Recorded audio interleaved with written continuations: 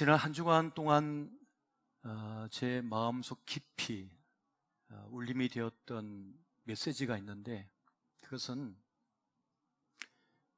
은혜로 살았다라고 하는 것이었습니다. 지나온 모든 시간들이 은혜로 살아온 것이었구나. 이전에는 좀 사람을 안다고 생각했습니다. 그런데 돌이켜보니 사람을 잘 모르겠습니다. 이전에는 세상을 좀 알겠다 생각했습니다. 근데 이제 보니 세상을 잘 모르겠습니다. 한 치 앞도 내다볼 수 없는 그런 형편 속에 살다 보니 사람도 모르겠고 세상도 모르겠다라고 하는 고백을 저절로 하고 있습니다. 그런데 한 가지 분명한 사실은 내가 은혜로 살았구나 하는 그러한 것을 깊이 깨닫게 되었습니다. 누군가의 베푸신 사랑으로 내가 살았고, 또 하나님의 보이지 않는 그 손길, 그 은혜로 살았구나 하는 그런 고백을 하게 되었습니다. 지금까지 우리가 은혜로 살았으니 앞으로도 은혜로 살아야겠구나 하는 그런 다짐을 하게 되었습니다. 이 자리에 함께하는 우리 모든 교우들, 또 영상으로 함께하는 모든 우리 교우들에게 하나님의 함께하시는 그 은혜가 함께하시기를 예수 이름으로 축원드립니다. 오늘 본문의 말씀은 가나안 간문과 같은 여리고성을 어떻게 통과했는지, 또 점령했는지를 우리에게 말씀해 주고 있습니다. 여리고성과 같은 우리 인생의 난제들, 또 과제들을 어떻게 우리가 통과할 수 있는지를, 또 승리할 수 있는지를 오늘 말씀은 우리에게 자세하게 알려주고 있습니다. 하나님의 은혜로서 주님께서 이끄시는 때에 선하신 역사하심을 통하여 우리는 살아가게 된다는 것을 자세하게 말씀해 주고 있는 것입니다. 사실 삶은 누구에게나 막막합니다.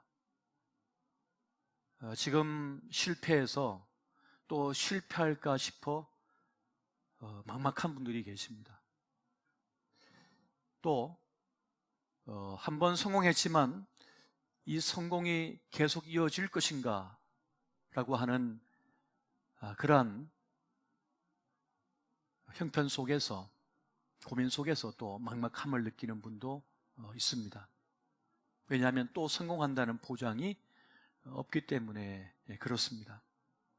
그래서 실패해서도 암담한 것이, 막막한 것이 인생이고, 성공해서도 막막한 것이 인생입니다. 젊어도 막막하고 건강해도 막막한 것이 우리의 현실인 것이죠. 내 삶인데 내 삶을 내가 통제할 수 없기 때문입니다. 이전에 행하던 방식으로 또 이겨낼 수 있을까라고 하는 두려움이 있기 때문에 그렇습니다. 특별히 지금 지구촌은 이전의 방식이 통하지 않는 그런 상황 속에 처해 있고, 또 내 삶인데 내가 통제할 수 없는 그런 형편 속에 지금 놓여져 있습니다. 그래서 지구에 살고 있는 모든 인생들이 지금 막막함을 고백하고 있습니다. 하나님을 믿어도 막막합니다.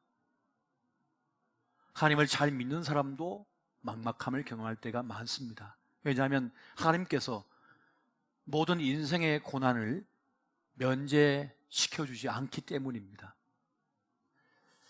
하나님께서는 내가 당하는 모든 어려움과 아픔, 고통을 제거해 주시지 않고 울면서 그 길을 통과하도록 하시기 때문입니다. 그런데 분명한 것은 막막한 때에도 하나님께서는 우리를 위하여 일하고 계신다고 하는 사실입니다. 이것이 바로 성경의 가르침이 되고 있습니다.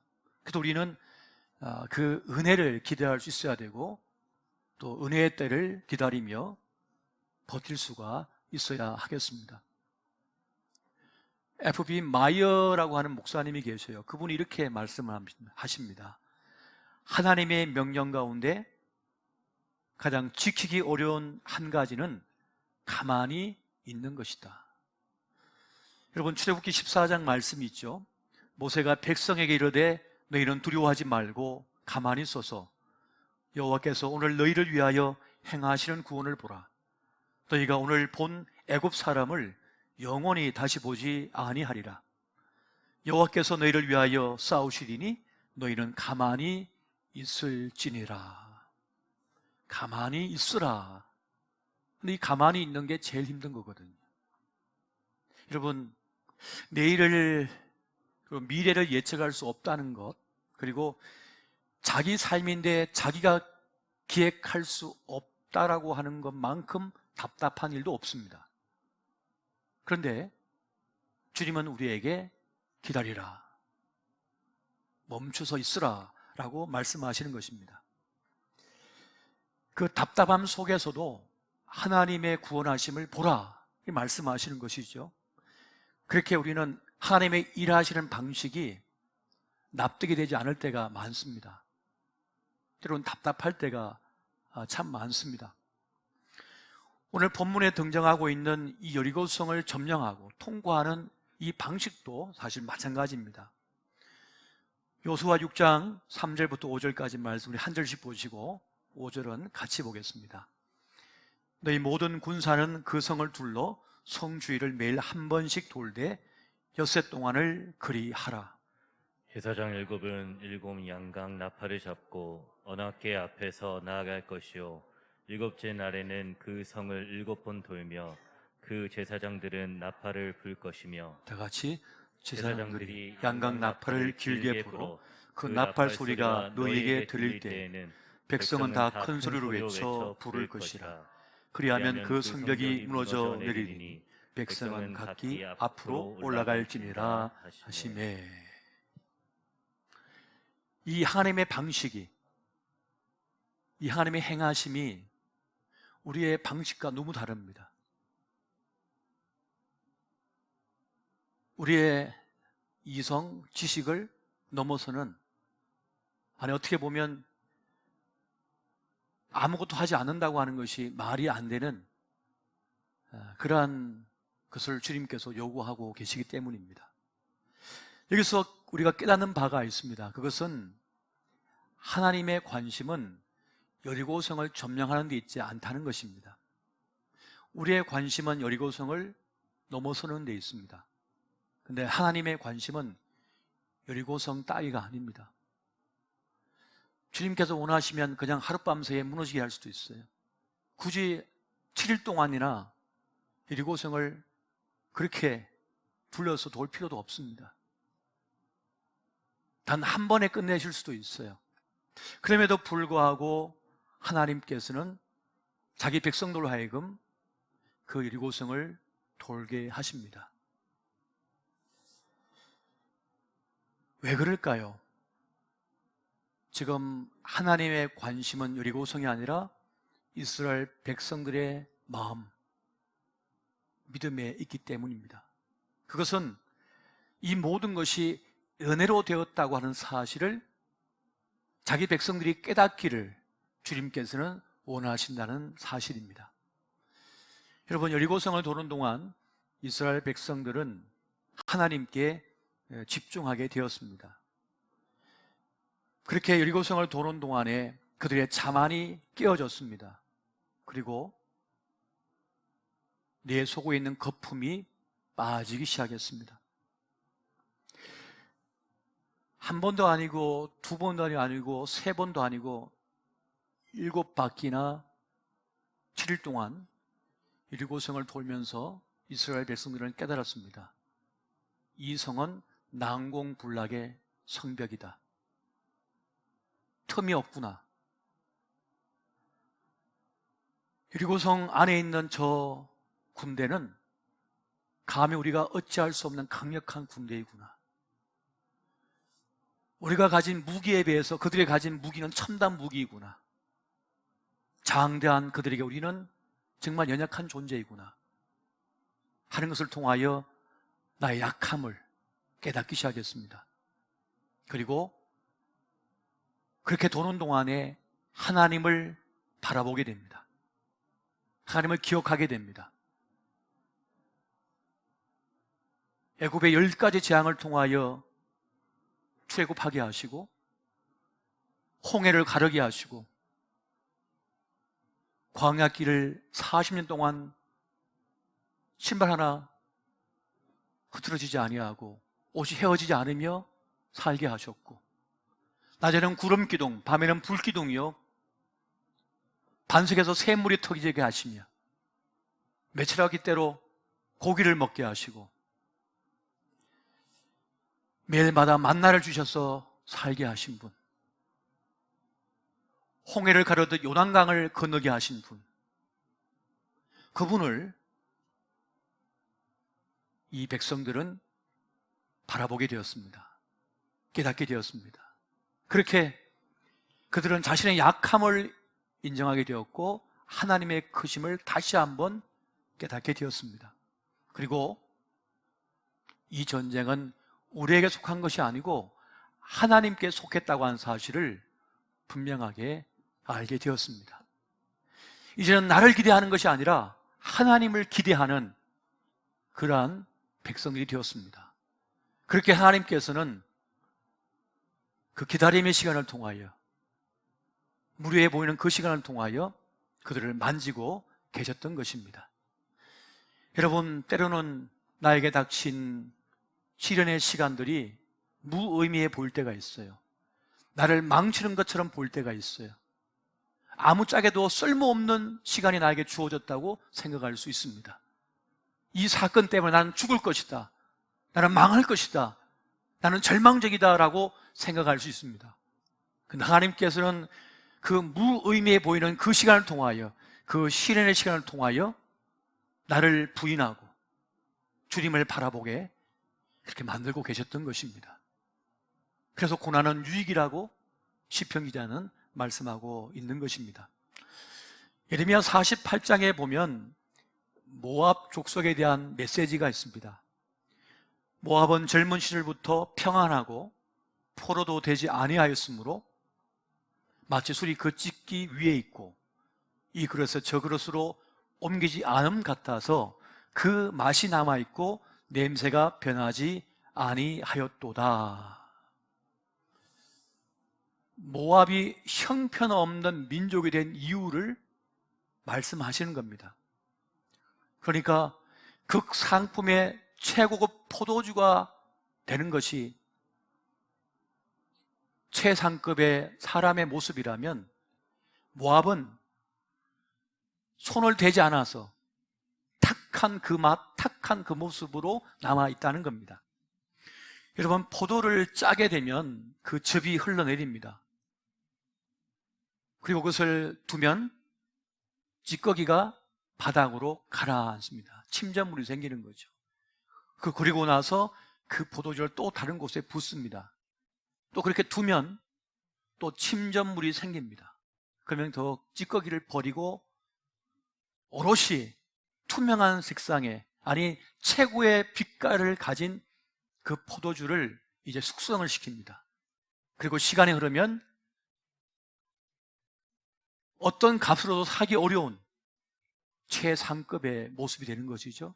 그것처럼 하나님께서는 사랑하는 자기 사람들을 그렇게 빚어 가신다는 것입니다. 여러분, 우리는 지금 말세를 살고 있습니다.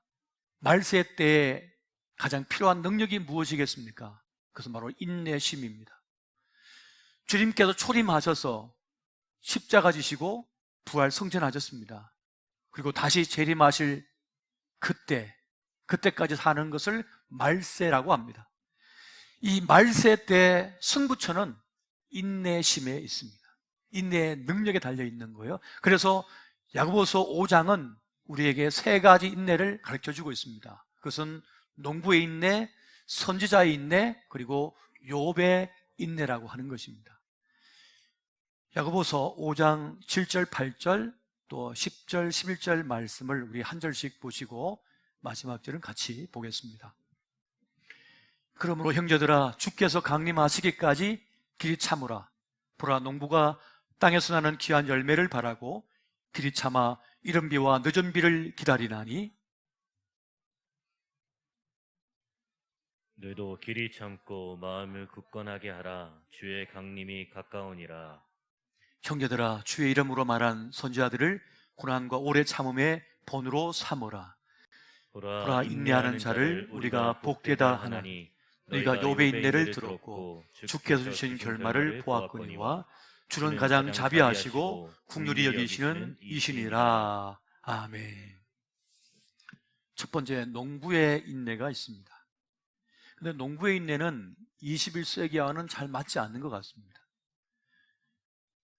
버튼 하나만 누르면 되고 클릭 한 번만 하면 되는 그러한 시대를 살다 보니까 씨를 뿌리고 여름이 지나고 가을에 추수 때를 기다린다고 하는 것은 이치에 맞지 않는 것처럼 그렇게 느껴질 때가 많습니다. 그러나 여러분, 무엇이든 당장에 되는 것은 그리 많지가 않습니다. 뿌림이 없이는 절대로 거두어지는 것은 없습니다. 세상에 아무리 이렇게 저렇게 말을 한다 할지라도 하나님의 사람은 세상을 운영하시고 통치하시는, 섭리하시는 하나님의 방식에 우리는 귀를 기울일 필요가 있습니다. 여러분, 건강이 금방 되던가요? 건강을 위하여 많은 시간을 투자해야만 합니다. 정성을 들여야만 됩니다. 내 몸을 아끼지 않는 사람은 건강해질 길이 없습니다. 여러분, 부부관계가 저절로 되던가요? 연인관계가 저절로 되던가요? 심어야 되는 거예요. 돌봄이 있어야 되는 거예요. 그리고 기다려야 되는 거예요. 회사 생활도 마찬가지입니다. 지금 입사했는데 당장 인정받을 수 있습니까? 시간을 통하여 여러 가지 프로젝트를 감당하면서 얼마나 애사심이 강하고 충성심이 있고 능력이 있는지가 드러나야만 되는 거예요. 그래야 인정받을 수 있는 거예요. 이제 들어간 지 한 달 돼놓고 왜 나를 알아주지 않는 거야? 왜 나를 무시하는 거야? 하고 튀어나가요. 그런 살아갈 수 있습니까? 세상을. 농부의 인내는 하나님의 지혜입니다. 여러분, 두 번째로 선지자의 인내가 있습니다. 선지자의 인내가 뭘까요? 선지자에게 배우는 인내는 핍박을 견디는 것입니다. 말씀을 거절하는 시대를 우리가 살아가고 있습니다. 복음을 거부하는 시대를 우리가 지금 살아가고 있습니다. 이러한 시대 속에서 배척받는 그런 믿음을 가진 우리는 힘겨울 수밖에 없습니다. 마음이 아플 수밖에 없는 거죠. 그리고 세상은 우리에게 요구하는 게 있습니다. 다 해라. 구제도 하고 남도 도와주고 다 해라. 한 가지만 하지 마라. 길과 진리, 생명은 오직 예수다. 그건 하지 마라. 다른 건 다 해라. 하지만 오직 한 가지, 예수 그리스도의 복음만은 전하지 마라. 다윈주의 세상에 왜 기독교만 진리라고 말하냐 하면서 타협을 요구받고 있습니다. 그럼에도 불구하고 선지자는 인내합니다. 복음을 포기하지 않습니다. 끝까지 전합니다. 그렇게 인내할 때 말씀의 역사를 보게 된다는 것입니다.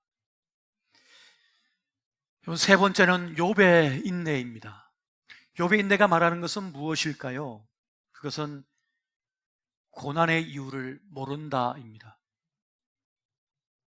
여러분, 고난의 이유를 알면 버틸 수가 있어요. 근데 고난이 닥쳤는데 이유를 모르겠는 거예요. 내가 누군가에게 해코지 한 적도 없고 나쁘게 한 적도 없고 법 지키며 지금까지 소시민으로 잘 살아왔는데 왜 나에게 이런 고난이 닥쳤는가? 왜 이런 아픔이 왔는가? 고난의 이유를 모르겠어요. 버림당했는데 왜 버림당했는지 모르겠어요. 잘해줬거든요. 왜 배신했는지 모르겠어요. 성심을 다했는데요. 이것이 우리 인생의 고통이 되고 있습니다. 그러나 욥의 인내를 통하여 우리는 배웁니다. 그것은 다 몰라도 된다고 하는 사실입니다. 사람들은 다 알아야 된다고 생각해요. 그런데 하나님께서는 몰라도 된다라고 말씀하셔요. 여러분, 몰라도 됩니다. 하나님만 아시면 됩니다. 다 알면 그 인생의 짐의 무게를 감당할 수 없습니다. 그 상처와 고통을 버틸 수가 없게 돼요. 그래서 하나님께서는 다 알지 못하게 하셨습니다. 알만 하는 것만 알게 하셨고, 몰라도 되는 것은 모르게 지나가게 하셨습니다. 여러분, 남편에 대해서 다 알면 같이 살 수 있겠어요? 아내에 대해서 다 알면 같이 살 수 있겠습니까? 여러분, 부하 직원 다 알면 같이 일할 수 있겠어요? 그 속에 든 거 다 알면 같이 못 삽니다. 같이 일 같이 못 합니다. 하나님께서는 적당하게 보게 하셨고, 적당하게 듣게 하시며, 적당하게 알게 하셨습니다. 근데 한 가지 분명한 사실은 압니다. 욥기 23장 10절 말씀에 그러나 내가 가는 길을 그가 아시나니 그가 나를 단련하신 후에는 내가 숨금과 같이 되어 나오리라. 주님께 나를 빚으시고 만지신 다음에는 숨금과 같은 순전한 신부가 되어 주님 앞에 선다. 이것도 지금 우리에게 말씀해 주고 있습니다. 이렇게 농부의 인내, 선지자의 인내, 욥의 인내를 통하여 우리는 때가 되면 주님께서 나를 아름답게 빚어내시는구나 하는 믿음으로써 우리는 이 말세의 때, 희련의 때를 견딜 수 있게 되어지는 것입니다. 여러분, 사실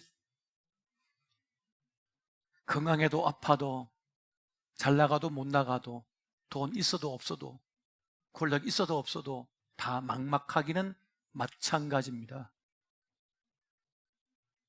한순간에 어떻게 될지 모르거든요. 그렇게 삶은 누구에나 막막합니다. 하지만 하나님께 주시는 그 은혜에 내 삶을 걸고 살면 내 삶의 피해는 줄어들고 하나님의 안식을 우리가 누릴 수 있게 되어집니다. 하루를 마감하며 침대에 몸을 누일 때 주여 주의 은혜로 나를 품으소서 구하며 잠자리에 들 수 있게 됩니다. 진짜 숨을 쉬는 것이죠. 여러분, 하나님의 은혜를 기다리십시오. 하나님께 기회를 드리십시오. 하나님께서 은혜를 베푸시기 위하여 그 기다림의 분량을 채우게 계십니다. 채워가고 계신 거예요. 그게 다 채워지면 우리 삶의 자리에, 우리 자녀의 삶의 자리에, 우리 인생의 길 곳곳에 하나님께서 예비하여 주신 놀라우신 그 역사가 함께 있게 될 것입니다. 여러분, 사도 바울이 빌립보 감옥에 갇혀 있을 때 바울은 신라와 함께 그 암담한 현실 속에서 찬송을 부릅니다. 기도를 합니다.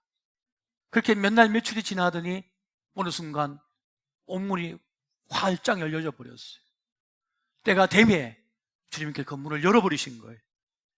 그것처럼 지금은 답답해 보이고 무의미해 보이고 가치 없어 보이고 나를 망하는 것 같고 내 자식을 하나님께서 무너뜨리는 것 같지만 이 세상에 짓밟는 것 같지만 망칠 것 같지만 그러나 하나님의 은혜를 기대하고 구하는 자에게는 하나님께서 반드시 은혜를 베풀어 주실 것입니다. 그 은혜로서 승리하시기를 예수 이름으로 축원드립니다.